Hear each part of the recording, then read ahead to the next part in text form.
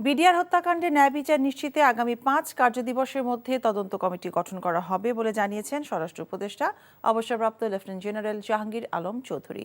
যেখানে বিচারপতি, সশস্ত্র বাহিনীর সদস্যরাও থাকবেন, প্রয়োজনে এটি কমিশনও হতে পারে বলে জানান তিনি। সচিবালয়ে এক ব্রিফিংয়ে এসব কথা বলেন তিনি।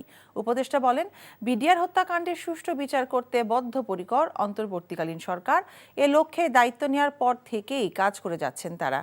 জাহাঙ্গীর আলম চৌধুরী বলেন, শুধু স্বরাষ্ট্র উপদেষ্টা হিসেবেই নয়, একজন সাধারণ নাগরিক এবং সেনাবাহিনীর প্রাক্তন সদস্য হিসেবে শুরু থেকেই তিনি বিডিআর হত্যাকাণ্ডের ন্যায় বিচার দাবি করে আসছেন।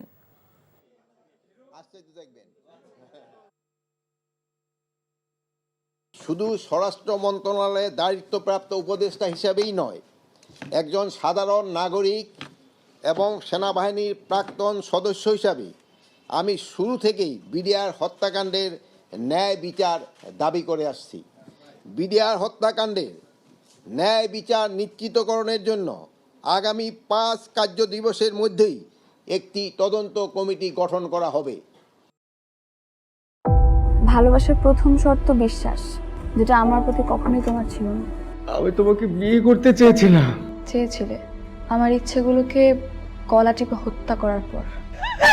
নিলয়ের হঠাৎ এমন চেঞ্জ আমার ভালো লাগছে না। তোমার নিলয়কে নিয়ে টেনশন করতে হবে না। আমি ভুল মানুষকে ভালোবেসেছি।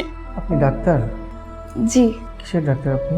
মেডিসিন, গাইনি, অর্থোপেডিক নাকি সাইকোলজিস্ট?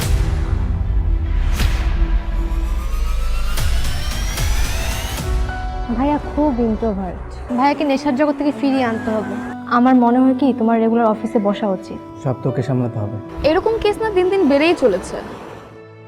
আপনি কি আমার উপর রেগে আছেন? পৃথিবীতে কারো উপরে আমার তেমন কোনো রাগ নেই। নিলয় যেন কোনো রকম সিন ক্রিয়েট না করে। আপনি কি সব ভুলে থাকতে পেরেছেন?